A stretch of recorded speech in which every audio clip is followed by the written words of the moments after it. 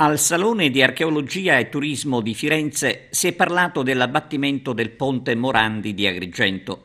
Ne hanno parlato l'assessore regionale ai beni culturali Sebastiano Tusa, il critico d'arte Vittorio Sgarbi e il presidente del FAI Andrea Carandini.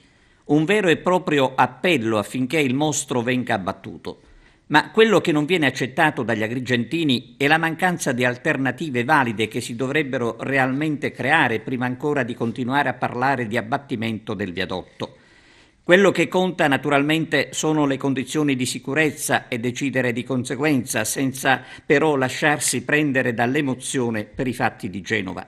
È chiaro che Agrigento ha bisogno di strade alternative ai ponti chiusi, anche perché ora come ora la città vive situazioni da terzo mondo, con Petrusa, ad esempio, interdetto alla circolazione, non essendo stati capaci di realizzare il nuovo ponte lungo appena 150 metri, lasciando aperta la ferita che potrà essere sanata non prima di un anno ancora. Ecco perché bisognerebbe scordarsi per un momento che il Morandi di Agrigento fa a pugni con il paesaggio e pensare seriamente come sostituirlo.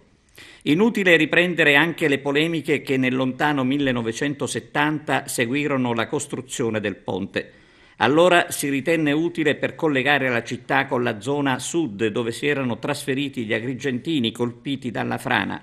Intanto non va giù neppure quanto affermato dal presidente del FAI Carantini, il quale ha accomunato il Moranti agli edifici mostruosi di Agrigento.